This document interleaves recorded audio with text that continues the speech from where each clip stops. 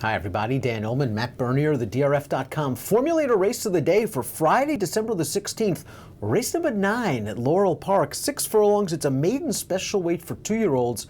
Let's take a look at this field, and I want to remind everybody, free Formulator past performances available on our Race of the Day event page. Download, follow along with us. We'll begin down towards the rail. The number 1, Spitesford, a first-time starter for Benny Perkins. This horse has a strong pedigree. I was going to say, you look at the dam, she was a multiple graded stakes winner going long on dirt. My concern, Ben Perkins, look, he's been electric thus far, 6 times in the exacta from 11 starters.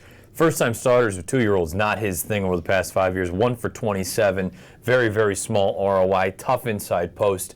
Enough things here for me to say, you know what, I'm going to watch one. 5 bullet workouts in a row leading up to this race. He's a $100,000 yearling. You mentioned he's by Speightstown. That dam was a nice horse going long. The dam's also a half to Shackleford. Yep. And I wonder if maybe this horse on the bottom wants a little bit more distance than 6 furlongs. Something tells me the total tells all we need to know about the number 1, Spitesford. The number 2 is Ice Lake. Now this horse was a $30,000 yearling, and then exploded up to a $200,000 2-year-old in training purchase. I'm assuming solely on that fantastic 2-furlong breeze, 21-3, and now he's a gelding already. It's a crazy game, isn't it? I mean, look, maybe this is the one icebox 2-year-old first-time starter that can run. His babies are 1 for 47 with first time out of the box. You look at the pedigree, there is a little bit as far as the dam side is concerned. This one's a half to Bessie's Boy, who was a 2-year-old stakes winner, I believe, won the Tremont.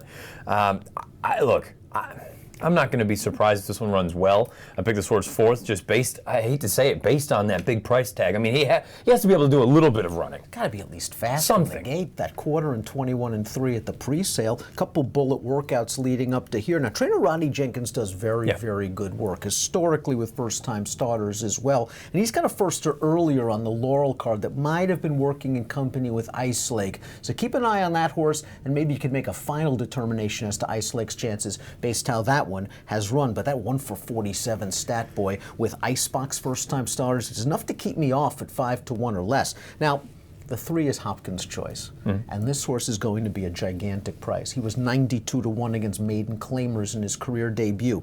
I have a sneaking feeling this horse is going to run a lot better here. He's by Great Notion, who wins about 21% with dirt first-time starters. He's a very precocious sire of dirt 2-year-olds. This dam was 3 for 5 at 2, a juvenile debut winner on dirt. I was stunned that this horse showed up on turf first time out, didn't do much running. Now maybe he's just simply up against it, A, maybe he can't run, B, but he's 30-1 on the morning line. He's going to be a big price. Maybe he can spice up your exotics for this low-profile barn. Yeah, I was interested, like you made mention, the fact that he debuted on the turf just seemed a little bit odd to me. There's a lot of things going for this horse, maybe not necessarily here. And look, at the end of the day, like you say, maybe he can get involved at a big number, but he's a Maryland bred. Before you go and drop him in for a tag, you can always try and find some sort of a state bred maiden special. I don't know, man. I just look at half mile 51 to 6 furlongs 118. If any of these other sort of first time starters, any of the horses with some experience, if they throw 22 down, isn't he going to be way up against it? It's possible he can't run at all. And if that's the case, well, Hopkins' Choice has got no shot in this race. I just think he deserves at least one chance to step on the dirt. Then I'm not really suggesting precocious in dirt sprint. It's just when I see those slow sort of, don't those feel like stamina building? Those feel like stamina building works, and at the end of the day, you look at some of the other works leading up to the debut, not exactly some blazers either. The 4 is Midnight with Luty. Now the Ramseys couldn't wait to get rid of this one apparently. $6,500 2-year-old in training purchase back in April by Midnight Loot, 9% winners from 2-year-old debut runners. The dam was multiple stakes place, but that was going long on the turf, and I wonder if Midnight with Luty kind of needs a race. You look at it, whether it be the connections, sort of lower profile, or at this point just hitting at a low strike rate. You look at the sale price for this horse. I mean, Midnight Loot, they sell for $25. This one sells for $6,500. There's just nothing here that is interesting to me. Number 5 is Ponte Premonition, and this will be the first one-turn start for Ponte Premonition. Understandable, because his half-sister Belle Gallanty got better when the distances got longer. At the end of the day, Ponte Premonition's got to prove some things, because while he's hit the board in a couple of races, those races were slow. We'll find out. Maybe this one jumps up in a big way, going one turn, going much shorter. I'm not trying to knock the breeding game as a whole, but isn't this sort of family the definition of we talk about sort of phony figs. I mean, look, Belle Gallanty at one point was a 25 climber. And look, Rudy got her to win a grade 1, I believe. I believe it was a 2 grade 1s. Okay, fantastic. The rest of the family hasn't done anything. It's true. And did this horse sell for 175 because he's a half to Belle Gallanty? I mean, that's the only thing I can think of, because on the track right now, he can't run. Yeah, right now his best Beyer speed figure on dirt, only a 33. Some kind of magician doubled that on turf. Yeah. In his lone start to date, this is a son of street magician. He's getting blinkers on. You got to love that short comment, green full of run. I think that's where you're leaning in this spot. Yeah, I went with this one. You go back and watch the replay. I didn't think he was full of run, per se. I thought he was a little bit green at the end. He made that big move coming for home. There was 4 of them across the wire. It could have been a terrible race. But there's a part of me that looks at it and says, Michael Trombetta, past 5 years, first time blinkers, second time starter, 9 for 29 with an almost $5 ROI. I think there's going to be a forward move. If this one can step on the dirt, you see, pedigree-wise, there really isn't anything to speak of.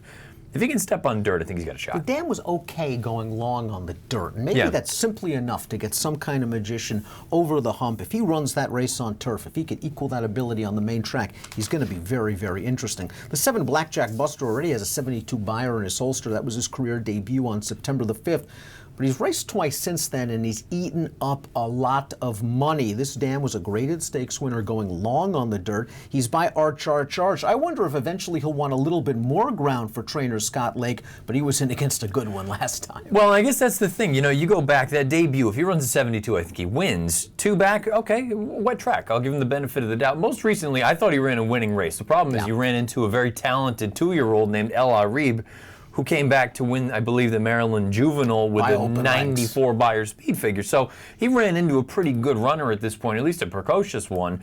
I think in many ways he's just way the horse to beat. No doubt about it. If he runs that debut, I think he wins. No doubt about it. Blackjack Buster is way the horse to beat based on the quality of competition and based on speed figures. Got a little pedigree as well. So does the 8. Yeah. Alive. He's another Uncle Mo. It means he has to run. And the dam was a multiple stakes winning dirt sprinter, I believe, at Canterbury Park. And this horse, it took him a while to get going in his debut, but he finished nicely, and he's come back with a bullet workout for Trombetta. I have a feeling he's going to run a lot better, maybe even show a little bit more speed. I don't think he loved being down towards the inside in his last race. If you could promise me he'll be more forwardly placed, I would like him a lot more. I'm not saying I don't like him. I picked him 3rd in here. I thought the way that he finished was good. He finished with interest. My concern, and we'll find out about some of these first-time starters, it's interesting that they're more so drawn to the inside. I don't think right now there's a ton of gas in this race unless one of the firsters comes out of the box running. If Alive, is 10, 15 lengths out of it again, he may be up against it. Barring a quick first-time starter, why can't the 9 Crafty Sam be very forwardly placed? He's shown speed in both starts. Unfortunately, the stamina hasn't exactly been there, but he's got a little bit of pedigree. The dam was a multiple stakes winner going long on the dirt. He himself is kin to a couple of black-type dirt sprinters. Maybe Crafty Sam lasts a little bit longer this time. Yeah, boy, he stopped badly in each of his 2 starts. Hugh McMahon does good work in the Mid-Atlantic. My big concern with this one, you may mention, he's got that big speed. We have no published work since November the 11th. That was his most recent start. We're going on a month now. I at least wanted to see one. And look, I understand maybe at this point he's just going out there for maintenance, but there's a part of me that looks at it and says, are we just destined for another speed and fade? But we both agree that the 7 Blackjack Buster is way the horse to beat. You'll take a small swing against with the 6, some kind of magician. A lot of things going on again. Turf to dirt, blinkers on 6, 7, 8, and 2 for Matt. The 7's way the horse to beat. I think in multiple race wagers, I would use the 7 and 8 as A's. I would use the 9 as a B, and I would use the 3. Hopkins' Choice. Why not? 90 to 1 in this race. Why not? I'd use him as a C, and maybe I'd even throw a few bucks on Hopkins' Choice. Just a wacky opinion in Friday's DRF.com formulator race of the day from Laurel. 3, 7, 8, and 9 for me. If you're playing the Laurel card from home on Friday, I urge you to consider DRF Bets risk-free. $100 worth of free bets, $100 sign-up bonus, $25 free bet given away immediately.